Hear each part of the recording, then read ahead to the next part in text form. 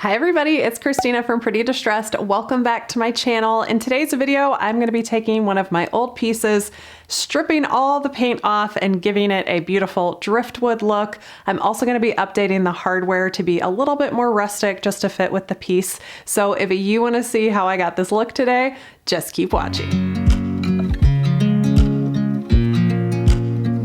If you are new here, I'm a furniture painter and refinisher, and you will find me on here every week making over pieces of furniture. So if you haven't subscribed yet, please consider doing that before you leave. Today's video is sponsored by Dixie Belle Paint Company. I'm going to be using their no pain gel stain and some of their patina paints to give this piece a makeover. And I'm so excited to tell you guys that Dixie Belle is actually going to be doing a $100 gift card giveaway with this video. It's really easy to enter. Just make sure you're subscribed to my channel, go over and subscribe to Dixie Belle's YouTube channel, and just leave a comment below, and that's all you have to do. I'll give you all the details about how they're going to pick the winner and win down in the description box, and I will pin the winner whenever they announce it in the comments. So this dresser has definitely been a labor of love. If you guys follow me on Instagram, you know I've been working on this thing probably for 3 weeks now. It's just one of those projects that kept taking me forever. I really didn't know what I wanted to do when I started, and it kind of just went in its own direction. I even did a live last week where I was finishing up one of the sides, if some of you guys joined me for that. So it's been kind of a process, but I really do love how it turned out. I don't know if it's really time efficient or cost efficient. I don't know if I would do this finish for clients because it took a really long time, but I had a lot of fun doing it. So I'm going to show you the whole process and bring you along for the ride today. This dresser was actually my first Dixie Belle paint piece ever, and I still really like it. We just built bunk beds for my son and completely changed the color scheme of his room, so this needs a little updating. When I started off, I wasn't really sure what direction I was going to go, whether I was going to paint or stain it. So I just decided to see if I could scuff up the paint and how hard it was going to be to get it off. So I grabbed my orbital sander, a 60 grit sandpaper, and just went to work.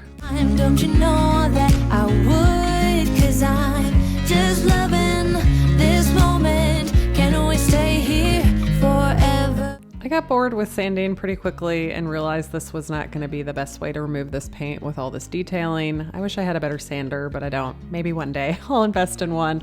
But before I switched over to stripper, I decided to remove some of the stuff that was making this look really girly and decorative. So these pieces were pretty easy to rip off, so I ripped them off on both sides and tried to sand a little bit more because I just really don't like working with chemical stripper, but I finally gave up and busted out my Citristrip.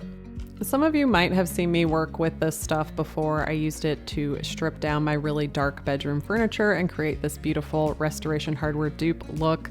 I'll link that video up above so you guys can check it out if you haven't seen it. But this stuff is really easy to use. It's not as caustic as some other strippers, but they have reformulated it here recently in the past couple of years, and it just doesn't work as well as it used to. But it still works. So the process is you want to pour it in a metal container, apply it with a chip brush, make sure that you have protective gear, gloves, goggles, a respirator if you have one, or just a bandana or something. I know respirators are really hard to find right now. So you just paint this on super, super thick, like as thick as you possibly can without it dripping off. And then you're gonna let it set for about 30 minutes. You can also wrap it in cellophane, which I'll show you later. Once this reacts, you can come in with a plastic putty knife and it starts removing the paint and varnish. It makes a super big mess, you guys, and I am not the best at this, so I'm gonna link some other videos that I've watched before to help get all this stuff off. Do you know how much I love you? You put my favorite song on, I put my feet up, and we just sing along, and I can't help but feeling just like... When you get to a place where you've scraped off a lot with that putty knife, you can grab some really coarse steel wool, get some Citristrip on there, and that will help you get some little bits off and get in the nooks and crannies because it is a lot more flexible than that putty knife. Can you see why I only do this about once a year? I get amnesia about how hard it is, and then I'm like, oh yeah, I'm just gonna strip all this paint off, and it's not easy, you guys. It can be done, but it is not easy. Forever, forever, I watch you as you sleep. You don't know I'm looking with you every always complete. Do you know how? I found that the stripper, the paint stripper, the varnish remover works better if you are laying it on a horizontal surface like this. So I kept flipping the dresser around to be able to do that. Just know that one coat of this remover is not going to get your stuff off. You're going to have to do multiple coats. I did try to wrap it in cellophane here because I heard that that helps. I didn't see a super big difference.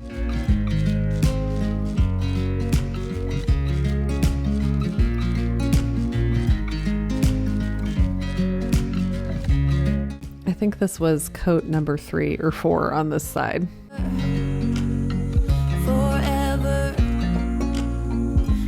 This stuff gets really sticky and gooey, so once you get the varnish off to your liking, you want to take a mineral spirits or a paint remover after wash and use a final stripping Scotch pad, or you can use that steel wool too.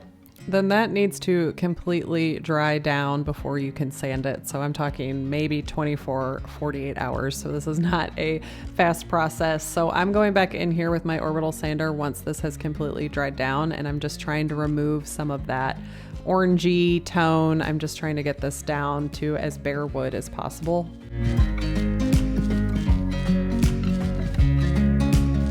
Any areas that my sander couldn't get into, I'm just taking a sheet of sandpaper. This is 150 grit, and I'm getting into the details as best as I can.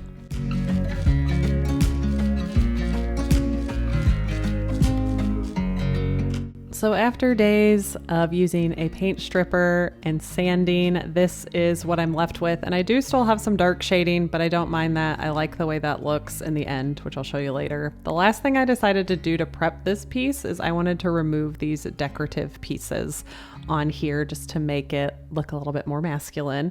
And all I had was a saw on hand, but guess what, you guys? It worked. So I took these little decorated edges off and then just sanded it down a bit once I got them off.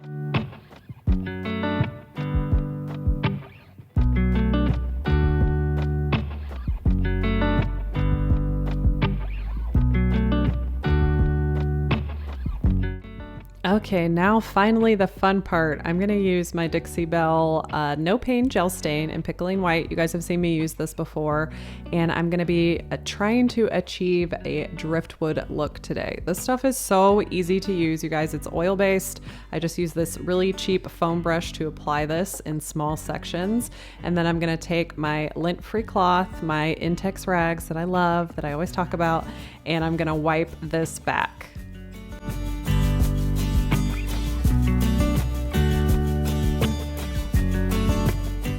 I'm just going back and forth over this, making sure that I am removing any excess stain, and it will be pretty white at first, but as you can see, as it dries, it really just tones down the wood beautifully. It kind of takes that orangey yellow look away and just gives this natural, beautiful driftwood look. And as you can see, the shading around the detailing, I actually love the way that that makes the details pop. So don't be afraid if you can't get all that residual stain and paint off your piece. Even the blue tones out the orange, so it actually was kind of the perfect combination for doing a stain like this.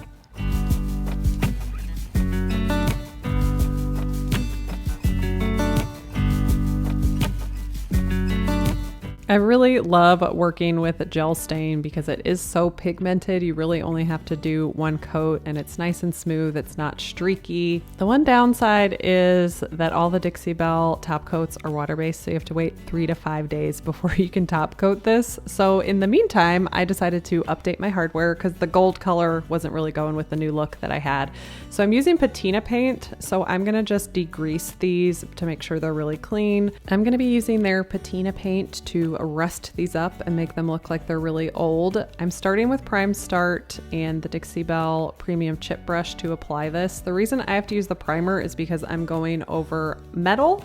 If you are going over wood, you don't have to do that with this paint, but you have to do 2 coats of the Prime Start if you are going on over metal. You just have to wait 1 to 2 hours in between the coats. I've worked with these paints before on my channel to do a little lamp makeover, and I'm excited to be using them again today because they are so much fun. They're like a science experiment. They have 3 different colors The bronze and the copper ones really give like a green effect when you use the spray on top of them. So I'm going with the iron one because I like the rust, the orange rust looks that it gives. I found the best way to apply this to make it look like metal is to get a lot of paint and really stipple it on there. You're not using brush strokes, you're kind of just pushing the paint in to create that texture. These paints are so unique because they actually have metal flecks in them, and then they have 2 sprays that you can use to rust and corrode them instantly. It's super cool, you guys. So this is what it looks like after 1 coat. So I am adding a second coat just the way I did my first coat with the stippling motion. And then while these are still wet is when you're going to come in with the spray. There is a blue spray and a green spray. I really like this green one, so I just test it out on a paper towel before I take it to my actual piece, and you just spray it and then you set it aside and then you do it again. It's that easy. After 2 to 6 hours, this is what you're gonna see. You guys, you cannot control what happens with this stuff. You just kind of have to go with it. I added a little bit too much spray and mine were a little bit too orange for my liking. So I actually grabbed some of that iron paint and dry brushed a little bit of that on top of the ones that I thought were looking just a little bit too orange. So this is definitely not for control freaks, but it is so much fun. They do have a special sealer for this paint. It's called Patina Guard. I don't have any on hand and I don't think that I'm gonna need it because of the way that these cut pulls are designed, but that is an option if you want to protect your patina piece. So here they are after the dry brushing, much better. After letting my piece dry for 4 days, I came in with the Dixie Belle Clear Coat in flat, and I'm going to be applying it with the Dixie Belle Synthetic Mini. And I like to stir this. I don't like to shake this because I don't want to get bubbles, like little air bubbles and stuff in it. So I just give it a really good stir because it can get really separated if you haven't used it in a while. This is my first time applying it with a synthetic brush. I've used a natural bristle brush before, and I think I've used one of those foam brushes, but I really enjoyed using the synthetic brush.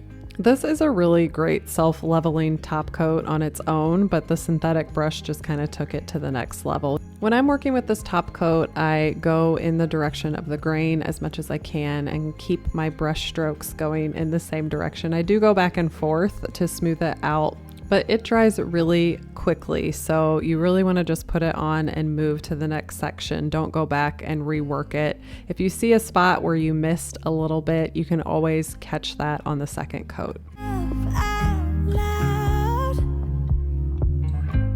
Don't wanna be shy. I will let my guard down. I wanna laugh out loud. Talk a little deeper, kiss a little harder. I wanna. You really want to watch out for globs like these. They kind of pull up in the corners a lot or just in the detailing. You really want to make sure that you're smoothing those out as you go because those will dry really big and chunky like that and yellow, and you don't want that. I did apply 2 coats of this top coat. You just let it dry for a couple of hours and then come back in and put your second coat on just the way you did the first coat. I really love this top coat because it gives a super matte finish and it is really durable. So just to remind you, this is what we started off with, a really beautiful piece, but now here it is completely made over. I love the natural driftwood look. I am dying for these handles, just the difference that the patina paint made. It was so much fun working with this again. I had no idea how this piece was going to turn out when I started, and that's what I love about YouTube is that I get to bring you along on the journey and do things that seem a little crazy and take a really long time, but the result is definitely worth it. And I definitely want to tie these 2 pieces together better. I need a rug and some stuff for the walls, and now that I got this piece done, I feel like I can make that happen. Thank you guys for joining me for today's project. I'm really excited that this one is done and I can move on to something else. Don't forget to enter that Dixie Belle $100 gift card giveaway. I'll be back with another project next week. Thanks for being here, you guys, and I will see you next time. I don't think I'm gonna have any bloopers today. That's sad. I wanna